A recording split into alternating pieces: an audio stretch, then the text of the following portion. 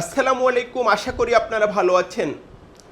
বাংলাদেশ রাষ্ট্রের জন্মের নেপথ্যে শিক্ষার্থীদের ভূমিকা ঐতিহাসিক। আমরা যদি দেখি 52, 69, 71 প্রতিটি পর্বেই শিক্ষার্থীরা অগ্রণী ভূমিকা রাখেন। ঢাকা বিশ্ববিদ্যালয়ের অনেক সমালোচনা থাকতে পারে, অনেক ঘাটতি থাকতে পারে, কিন্তু বাংলাদেশ রাষ্ট্রের জন্মের যে ঐতিহাসিক ক্ষণ, সে সময় ঢাকা বিশ্ববিদ্যালয়ের যে গুরুত্বপূর্ণ ভূমিকা এবং ঐতিহাসিক ভূমিকা তা অস্বীকার করার উপায় নেই। সম্ভবত পৃথিবীর ইতিহাসে আর কোনো বিশ্ববিদ্যালয় এরকম ভূমিকা রাখেনি। স্বাধীন বাংলাদেশেও শিক্ষার্থীরা গৌরবময় ভূমিকা রাখে। যদি 90-এর গণ অভ্যুত্থানের কথা দেখি আমরা, সেখানেও আসলে শিক্ষার্থীদের ভূমিকা ছিল ঐতিহাসিক। তবে 90-এর গণ অভ্যুত্থানে জন্ম নেওয়া যে ছাত্র নেতারা, তারা যে সবসময় অভ্যুত্থানের আকাঙ্ক্ষা ধারণ করেছেন সেটা নয়। আমরা যেটা দেখি, পরবর্তীকালে ছাত্র নেতাদের বিরুদ্ধে নানা রকম অভিযোগ উঠতে থাকে এবং তারা নানা রকম দুর্নীতি, অনিয়মে জড়িয়ে যান। আরেকটি বিষয় খুবই উল্লেখযোগ্য যে ছাত্র রাজনীতির কারণে বাংলাদেশের ক্যাম্পাসগুলোতে প্রায়শই সংঘাত, সংঘর্ষ হয়েছে, বহু মানুষ, শিক্ষার্থী নিহত হয়েছেন। আখেরে ছাত্র রাজনীতি হয়তো আমাদেরকে ভালো কিছু উপহার দিয়েছে, সেটা আমি মনে করি না।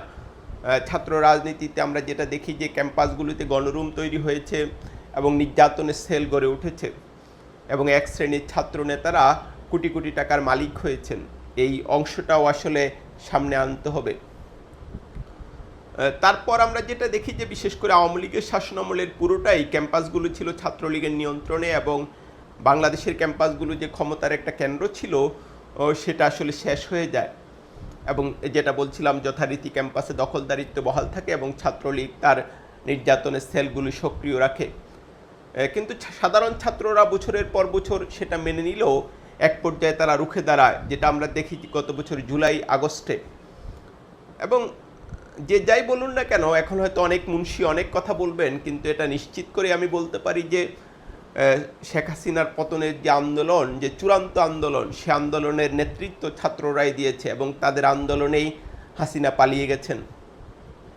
অপরিসীম ত্যাগ স্বীকার করতে হয়েছে। আমরা যেটা দেখি যে শিক্ষার্থী, ছাত্র, জনতা এবং শিশু, বহু মানুষকে নিহত হতে হয়েছে হাসিনার বাহিনীর গুলিতে। এই ছাত্র নেতাদের নিয়ে এনসিপি নামে একটা নতুন রাজনৈতিক দল গড়ে উঠেছে, সেটাও এখন সবারই জানা। এই দল নিয়ে নানা রকম কথাবার্তা হচ্ছে, অভিযোগ আসছে, আশা আসছে, হতাশা আছে এবং দলটির নেতাকর্মীদের বিরুদ্ধেও কিছু দুর্নীতির অভিযোগ উঠছে, চাঁদাবাজির অভিযোগ উঠছে, যেটা আসলে খুবই দুঃখজনক। কিন্তু আমার ধারণা, জুলাই আন্দোলনের পর বাংলাদেশের ক্যাম্পাসগুলি যে একটা স্বতন্ত্র শক্তি হিসেবে আবির্ভাব ঘটেছে কিংবা উত্থান ঘটেছে, সেটা বাংলাদেশের রাজনীতিতে একটা নতুন পর্ব। সর্বশেষ মিটপুরে যে বিভৎস হত্যাকাণ্ডের ঘটনা ঘটল, তার প্রতিবাদে বাংলাদেশের ক্যাম্পাসগুলো আবারও সরব হয়েছে। আমরা যেটা দেখি যে ক্যাম্পাসে ক্যাম্পাসে বিক্ষোভ হয়েছে। এটা একটা পরিষ্কার করে বলে রাখা দরকার যে এইসব বিক্ষোভের কোথাও কোথাও বিএনপির ভারপ্রাপ্ত চেয়ারম্যান তারেক রহমানকে নিয়ে অত্যন্ত আপত্তিকর স্লোগান দেওয়া হয়েছে। ব্যক্তিগতভাবে আমি সেই স্লোগান সমর্থন করি না। আমি মনে করি যে শিক্ষার্থীদের যারা এই স্লোগান দিয়েছে তাদের এই ব্যাপারে অবস্থান পরিষ্কার করা উচিত এবং দুঃখ প্রকাশ করা উচিত। কিন্তু কোনো কোনো বুদ্ধিজীবী বা কোনো কোনো বিশ্লেষক এই প্রশ্ন তুলেছেন যে শিক্ষার্থীদের এই প্রতিবাদ করা উচিত হয়েছে কিনা, বিশেষ করে যারা অরাজনৈতিক ক্যাম্পাস। এটা কোনো কথা হলো ভাই? একটা মানুষকে নির্মম এবং নিষ্ঠুরভাবে হত্যা করা হলো, যেটার ভিডিওর দিকে আসলে তাকানো যায় না। হত্যাকাণ্ড তো হচ্ছে, প্রতিদিনই হচ্ছে, কিন্তু কিছু কিছু ঘটনা তো সমাজকে খুব নাড়া দেয়। ওই সমাজের, তারা রাষ্ট্রের কি তারা অংশ নয়? তারা বাংলাদেশের জনগণের ট্যাক্সের টাকা পড়ালেখা করে, এই জন্য বাংলাদেশে একটা নির্মম নিষ্ঠুর হত্যাকাণ্ড ঘটবে, সেটা তারা প্রতিবাদ করতে পারবে না? আমাদের আসলে বুদ্ধিজীবী বলেন, রাজনৈতিক বিশ্লেষক বলেন, সবাই যে রাজনৈতিকভাবে খুবই পক্ষপাতদুষ্ট, এই বক্তব্য সেটারও একটা প্রমাণ করে।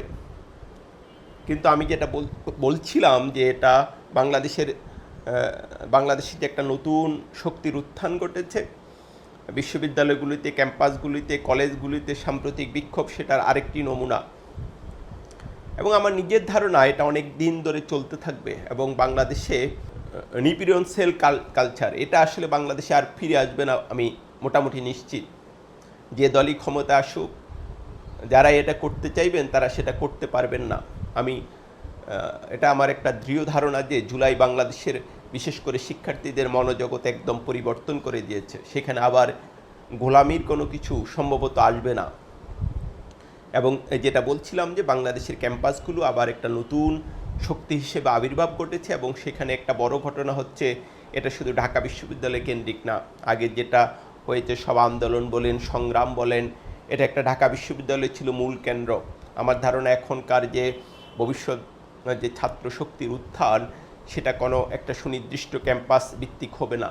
যেখানে অন্যায় হবে তারা প্রতিবাদ করবে। আমি দৃঢ়ভাবে আশাবাদী এবং বিশ্বাস করি শিক্ষার্থীরা অন্যায়ের প্রতিবাদ যেমন করবেন, তেমন তাদের শিক্ষার পরিবেশও বহাল থাকবে।